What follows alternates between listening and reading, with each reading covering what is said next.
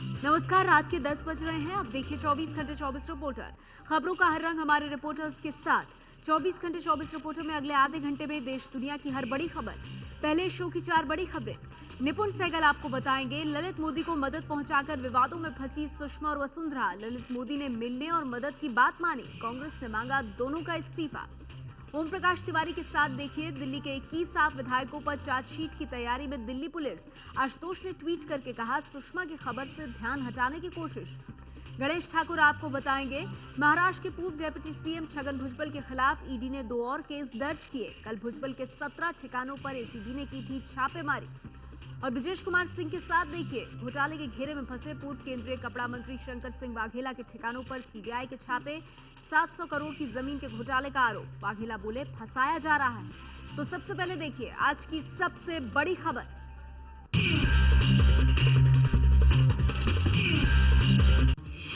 विदेश मंत्री सुषमा स्वराज के बाद राजस्थान की मुख्यमंत्री वसुंधरा राजे भी ललित मोदी की मदद करने के आरोपों में घिरी। वसुंधरा पर ललित मोदी के लंदन में रहने के लिए लिखित गवाही देने का इल्जाम। हमारे पास वो दस्तावेज हैं जो वसुंधरा राजे पर गंभीर आरोप लगा रहे हैं। 18 अगस्त 2011 को वसुंधरा ने ब्रिटिश अधिकारियों को बयान दिया था, मैं ये बयान ललित मोदी के उस इमिग्रेशन एप्लीकेशन के पक्ष में दे रही हूँ जो उन्होंने दिया है, लेकिन मेरी कड़ी शर्त है कि भारतीय अधिकारियों के सामने मेरी मदद का कतई खुलासा नहीं किया जाए। जिस समय वसुंधरा राजे ने ये स्टेटमेंट दिया था उस वक्त वो राजस्थान में नेता विपक्ष थी। एबीपी न्यूज ये भी साफ कर देना चाहता है कि ललित मोदी की लीगल टीम से मिले इन दस्तावेजों की हमने स्वतंत्र तौर पर कोई जांच नहीं कराई है। ललित मोदी ने भी कबूली लंदन में रहने के लिए वसुंधरा से मदद मिलने की बात। कहा मेरी पत्नी को वसुंधरा 2 बार पुर्तगाल लेकर गई थी। ललित मोदी ने इंडिया टुडे टीवी को दिए इंटरव्यू में माना है कि किसी को ये नहीं पता कि वसुंधरा राजे ही मेरी पत्नी को पुर्तगाल ले गई। ये मैं पहली बार बता रहा हूँ। वसुंधरा मेरी पत्नी मीनल को साल 2013 और 2014 में 2 बार पुर्तगाल ले गई। वो खुले तौर पर ब्रिटेन में मेरे इमिग्रेशन एप्लीकेशन के लिए गवाही देने के लिए तैयार थी, लेकिन दुर्भाग्यवश जब केस पर सुनवाई शुरू हुई तो वो राजस्थान की मुख्यमंत्री बन चुकी थी और इसीलिए वो गवाही देने ब्रिटेन नहीं आ पाई। उन्होंने मेरे इमिग्रेशन एप्लीकेशन के समर्थन में जो लिखित बयान दिया वो कोर्ट में जमा है। दिलचस्प बात यह है कि वसुंधरा राजे ने ललित मोदी से पारिवारिक रिश्ते की बात तो मानी, लेकिन ब्रिटेन में ललित मोदी के रहने के लिए लिखित गवाही देने की बात से उन्होंने साफ इनकार किया है। वसुंधरा राजे के परिवार से भी जुड़े ललित मोदी के तार। अखबार टाइम्स ऑफ इंडिया का दावा, वसुंधरा के बेटे दुष्यंत सिंह की कंपनी में ललित मोदी ने डाले थे 11 करोड़ 63 लाख रुपए। टाइम्स ऑफ इंडिया के मुताबिक ललित मोदी की पत्नी की कंपनी आनंद हेरिटेज में मॉरिशस की कंपनी की तरफ से जमा किए गए 21 करोड़ रुपए की जांच के दौरान प्रवर्तन निदेशालय को पता चला कि अप्रैल 2008 में आनंद हेरिटेज ने बिना गारंटी के दुष्यंत सिंह की कंपनी नियांत हेरिटेज को कुल 3 करोड़ 8 लाख रुपए का लोन दिया था और कंपनी के 815 शेयर भी खरीदे थे। हालांकि दुष्यंत सिंह ने टाइम्स ऑफ इंडिया के खुलासे को बेवजह का विवाद बताया है। दुष्यंत सिंह का दावा है कि सभी लेन देन नियमों के तहत किए गए। एबीपी न्यूज की खबर पर लगी मुहर। इंडिया टुडे को दिए इंटरव्यू में ललित मोदी ने माना कि पिछले साल उनकी सुषमा स्वराज से लंदन में मुलाकात हुई थी। एबीपी न्यूज ने कल दावा किया था कि पिछले साल प्रवासी दिवस सम्मेलन में हिस्सा लेने ब्रिटेन गई विदेश मंत्री सुषमा स्वराज ने 16 अक्टूबर 2014 को लंदन के बेंटले होटल की लॉबी में ललित मोदी से मुलाकात की थी। एबीपी न्यूज की इस खबर पर अब ललित मोदी ने भी मुहर लगा दी है। ललित मोदी ने इंडिया टुडे को दिए इंटरव्यू में कहा है 2014 में लंदन के एक होटल में विदेश मंत्री सुषमा स्वराज से मुलाकात हुई थी।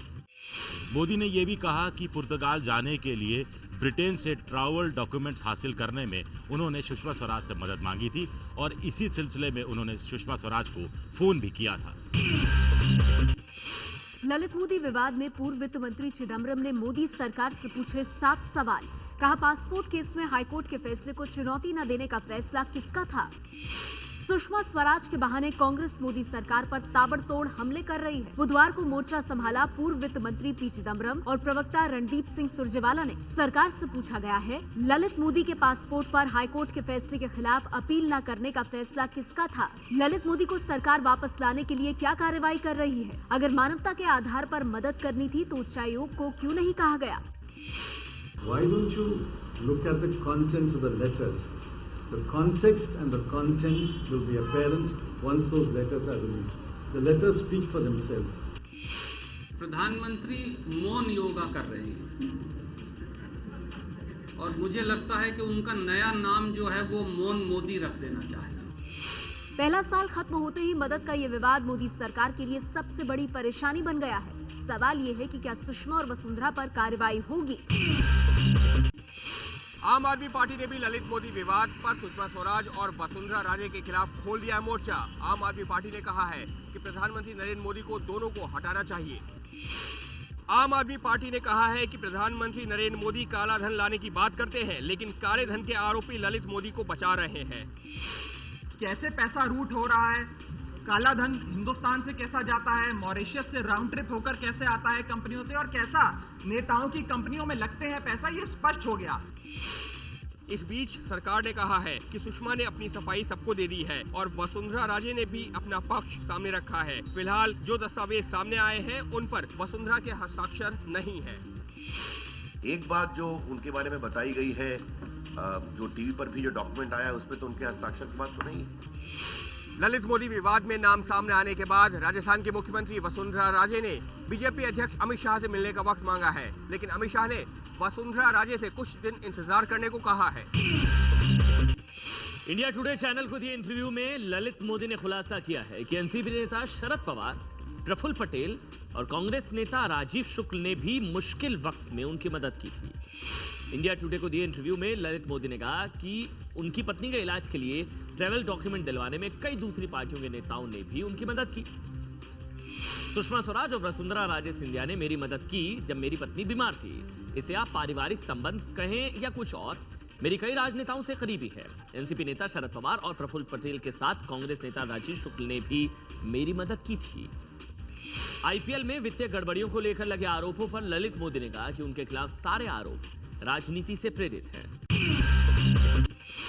ललित मोदी के बयान पर एनसीपी अध्यक्ष शरद पवार ने कहा है कि मई के तीसरे सप्ताह में उनकी और ललित मोदी की लंदन में मुलाकात हुई थी। शरद पवार ने कहा है कि उन्होंने ललित मोदी को भारत आकर केस का सामना करने की सलाह दी थी। जब मुझे लंदन मिले तो उन्होंने कहा कि भाई मुझे सिक्योरिटी जो थी वो गवर्नमेंट ने बाद में विड्रॉ की और इसलिए मुझे वापस जाना जब तक पूरी तरह से सिक्योरिटी वगैरह इसका बंदोबस्त नहीं हो तो इतना आसान नहीं है। ये रिस्क मैं लेना नहीं चाहता। वहीं कांग्रेसी नेता राजीव शुक्ल ने ललित मोदी के बयान को झुठला दिया है। सवाल यह है कि प्रधानमंत्री मोदी अब तक चुप क्यों हैं? क्या वो सुषमा और वसुंधरा के खिलाफ एक्शन लेंगे?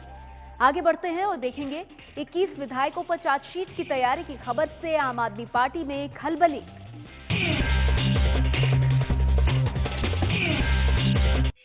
एबीपी न्यूज की एक्सक्लूसिव खबर, आम आदमी पार्टी के 21 विधायकों के खिलाफ चार्जशीट दायर करने की तैयारी कर रही है दिल्ली पुलिस।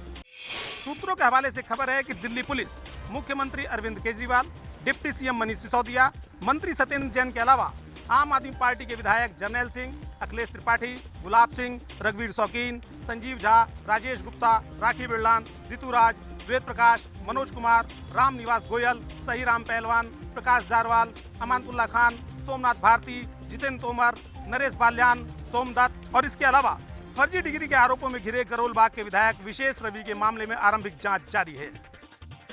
आपके जिन 21 विधायकों के खिलाफ चार्जशीट दर्ज करने की तैयारी है, उन पर धोखाधड़ी, मारपीट, सरकारी संपत्ति को नुकसान पहुंचाने, पुलिस पर हमला करने और महिलाओं से दुर्व्यवहार करने के मामले दर्ज हैं। आम आदमी पार्टी के प्रवक्ता आशुतोष का दावा, सुषमा स्वराज विवाद से ध्यान भटकाने के लिए मोदी सरकार ने चलाई आप सरकार के 21 विधायकों के खिलाफ चार्जशीट होने की खबर।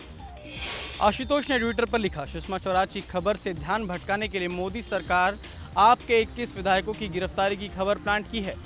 एक संपादक ने मुझे बताया कि उनके ऊपर सुषमा की खबर से हटने का भारी दबाव है, क्योंकि इसकी वजह से अब बीजेपी के उन नेताओं को दिक्कत हो रही है जो सुषमा को फंसाना चाहते थे। ये ने कहा है कि आशुतोष को उस संपादक का नाम सार्वजनिक करना चाहिए जिसने सुषमा की खबर हटाए जाने के लिए भारी दबाव की उनसे बात कही।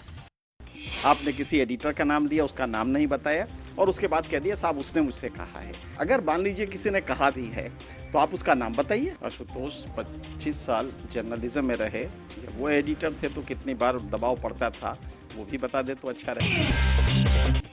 महाराष्ट्र के पूर्व डिप्टी सीएम छगन भुजबल के खिलाफ ईडी ने 2 और केस दर्ज किए। छगन भुजबल के खिलाफ प्रवर्तन निर्देशालय ने prevention of money laundering act के तहत 2 और केस दर्ज किए हैं।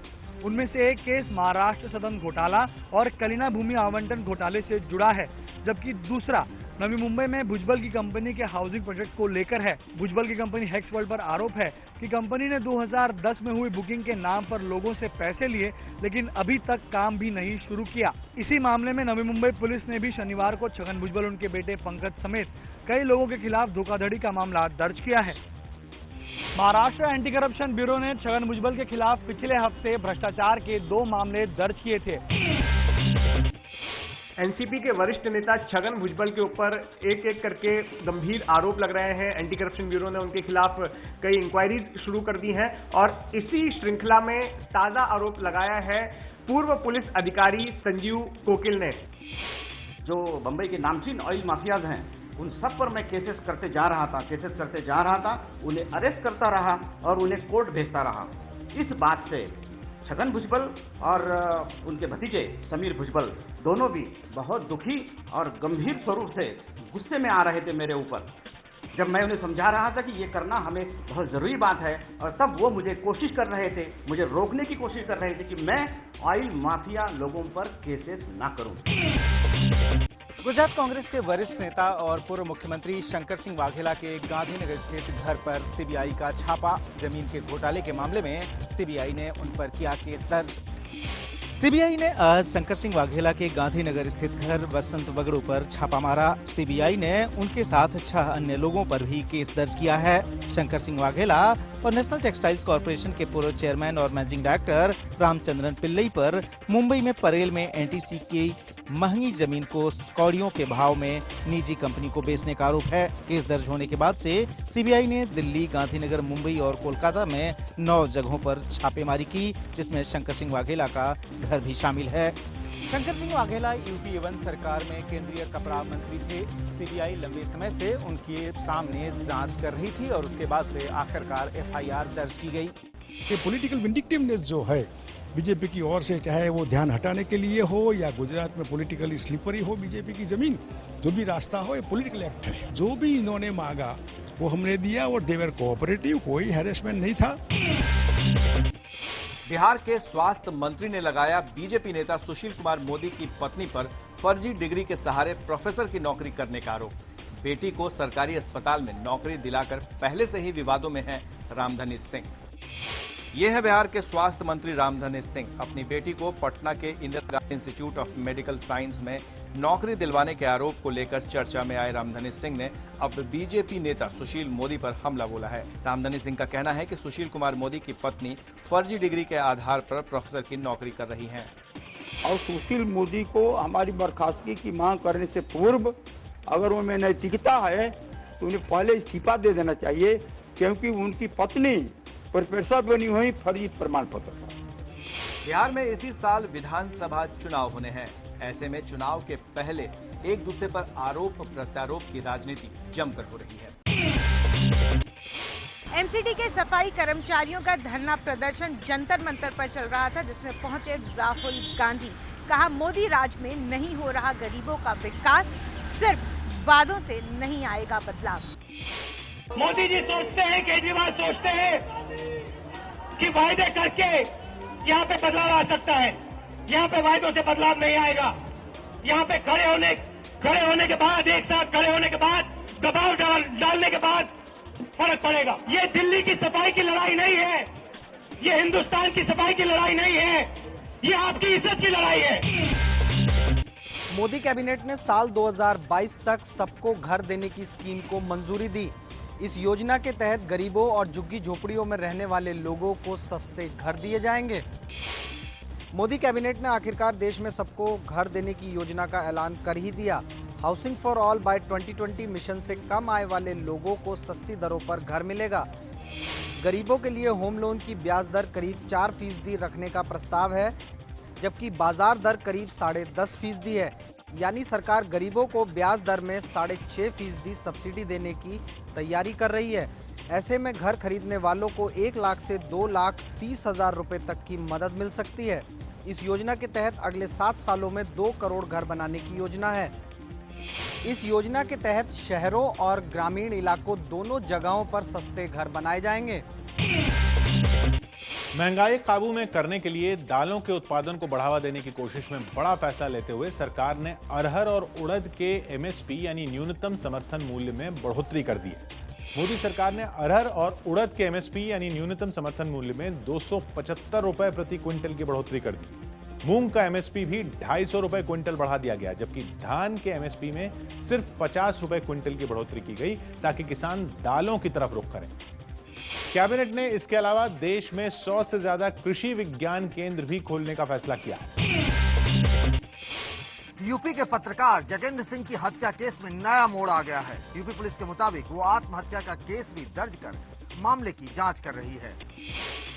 शाहजहांपुर में जगेंद्र सिंह को इंसाफ दिलाने के लिए परिवार धरने पर बैठा है, लेकिन यूपी पुलिस इसे आत्महत्या मान रही है। राज्य के डीजीपी के मुताबिक आत्महत्या के एंगल से भी जांच हो रही है। ऐसे में सवाल उठता है कि क्या जगेंद्र सिंह को इंसाफ मिल पाएगा। सवाल ये भी है कि अगर जगेंद्र सिंह ने खुदकुशी की है तो इसके लिए उसे किसने उकसाया। जगेंद्र सिंह मामले में यूपी के मंत्री राममूर्ति सिंह वर्मा पर हत्या का केस दर्ज हुआ था, लेकिन 1 हफ्ते बाद भी न तो उन्हें हटाया गया है और न ही उनकी गिरफ्तारी हुई। आरोप है कि जगेंद्र सिंह को मंत्री राममूर्ति सिंह वर्मा के अवैध कामों के खिलाफ अभियान चलाने के कारण जिंदा जला दिया गया था। दूध में मिलावट पर प्रेस कॉन्फ्रेंस कर मदर डेयरी ने दी सफाई। कहा ग्राहकों के हितों से नहीं करते समझौता। दूध में डिटर्जेंट मिले होने के आरोपों को किया खारिज।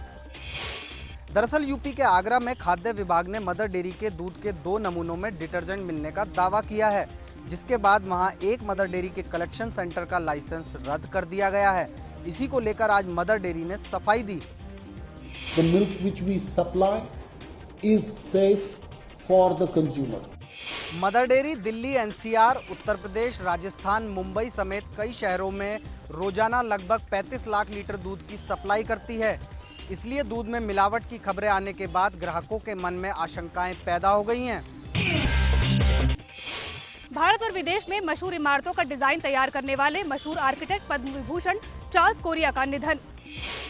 84 साल के चार्ल्स कोरिया ने मंगलवार देर रात मुंबई में अंतिम सांसें ली। कोरिया ने देश में कई महत्वपूर्ण इमारतों और शहरों का डिजाइन तैयार किया था। ऐसी इमारतों में अहमदाबाद में साबरमती का गांधी मेमोरियल, भोपाल का भारत भवन और विधानसभा भवन, गोवा में कला अकादमी, जयपुर का जवाहर कला केंद्र और दिल्ली का ब्रिटिश काउंसिल भी शामिल है। कोरिया ने चीफ आर्किटेक्ट के तौर पर नवी मुंबई को बसाने में भी बेहद अहम भूमिका निभाई थी। Charles Correa national commission on urbanization के पहले चेयरमैन भी रहे हैं।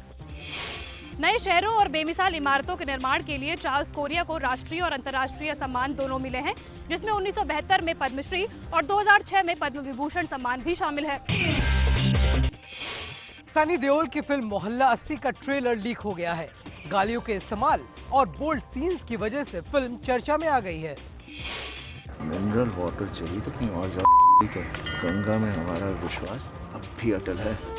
निर्देशक चंद्र प्रकाश द्विवेदी की फिल्म मोहल्ला 80 वाराणसी के मशहूर लेखक काशीनाथ सिंह के हिंदी उपन्यास काशी का 80 पर आधारित है। यूट्यूब और सोशल मीडिया में लीक हुए इस ट्रेलर में सनी देओल से लेकर अभिनेत्री साक्षी तंवर भी भद्दी गालियां देते दिख रहे हैं। नमस्ते, भाग यहाँ से।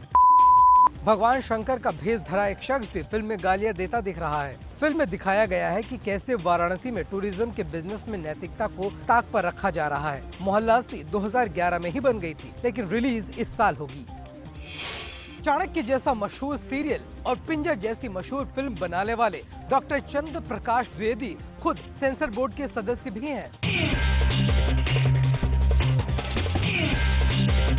भारत और बांग्लादेश के बीच वनडे सीरीज का पहला मुकाबला गुरुवार को खेला जाएगा। बांग्लादेश को टीम इंडिया हल्के में नहीं ले रही है। कप्तान धोनी की अगुवाई में मजबूत टीम मैदान में उतरेगी। बांग्लादेश की टीम विश्व कप में भारत से मिली करारी हार का बदला लेने को बेचैन है, लेकिन धोनी की सेना भी पूरी तरह तैयार है। विवादों को पीछे छोड़ टीम इंडिया नए जोश और जुनून के साथ मीरपुर में पहला वनडे खेलने उतरेगी। टीम में धोनी है, विराट कोहली, सुरेश रैना, शिखर धवन, रोहित शर्मा सभी सितारे मौजूद हैं। भारत और बांग्लादेश की टीमें कुल 29 बार आमने सामने हुई है, जिसमें से भारत ने 25 बार मुकाबला जीता है, जबकि बांग्लादेश ने 3 बार। एक मैच का कोई नतीजा नहीं निकला। लेकिन भारतीय टीम आंकड़ों पर यकीन इसलिए नहीं कर रही क्योंकि बांग्लादेश ने हाल ही में जिम्बाब्वे और पाकिस्तान के खिलाफ क्लीन स्वीप कर नाम कमाया है। और चलते चलते आपको बता दें, मुंबई क्रिकेट एसोसिएशन के एक बार फिर से अध्यक्ष चुन लिए गए हैं शरद पवार। शरद पवार को एक बार फिर से मुंबई क्रिकेट एसोसिएशन के जो चुनाव हुए उसमें अध्यक्ष चुना गया है। शरद पवार ने विजय पाटिल को 27 वोटों से हराया। दिलीप वेंगसरकर और आशीष सेलार मुंबई क्रिकेट एसोसिएशन के उपाध्यक्ष बने हैं।